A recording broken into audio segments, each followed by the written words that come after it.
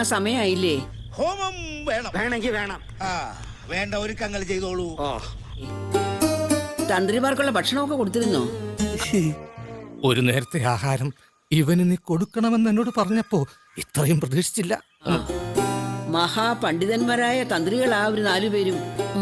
ഹോമം നടത്തി മഴ പെയ്ച്ചിട്ടുണ്ടത്രേ. വിശ്വസിക്കാവോ? ചുട്ട കോഴി തിന്നുന്ന ആളാ. ഈ ആവശ്യം പറഞ്ഞ് ഞാൻ മേവത്തൂരിനെ സമീപിച്ചിരുന്നു.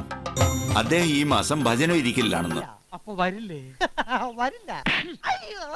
ഇത് പറയാനാണോ ഈ കഥാപ്രസംഗം മുഴുവൻ നടത്തിയത്? തന്നെക്കാൾ ബഹുകേമന്മാരെ അയക്കുന്നെന്നും പറഞ്ഞു. അത് ശരിയാ. കിടപ്പിലായാലെന്താ, വൈദ്യനേക്കാൾ കൊടികെട്ടിയ മകൻ വൈദ്യം വരുന്നുണ്ട്. അപ്പൊ തുടങ്ങാല്ലേ? പിന്നെ ഹര ഹരോ ഹര ഹര ഹര മന്ത്രയന്ത്ര ഔഷധാസ്ത്ര ശസ്ത്രായ.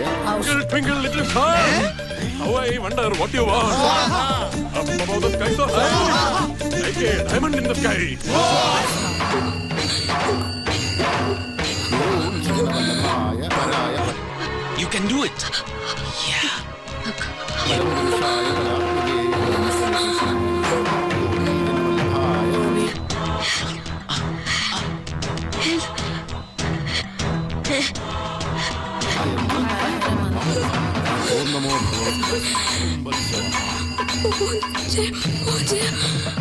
എടോ, ചന്ദ്ര സംസാരിച്ചു. പറഞ്ഞതുപോലെ തന്നെ അത്ഭുത പ്രവർത്തനങ്ങളിൽ പ്രാവണ്യമുള്ളവരാണ് നിങ്ങൾ.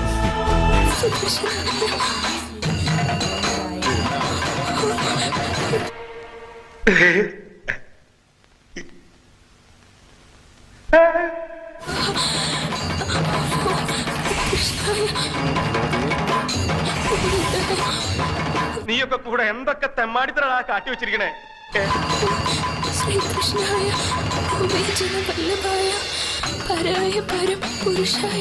അപ്പൊ ഞാൻ പൊട്ടനാ?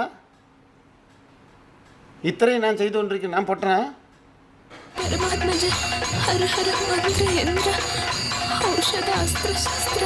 ഇത് സന്തോഷിക്ക വേണ്ട നാൾ. എല്ലാവരും ആടണം, പാടണം.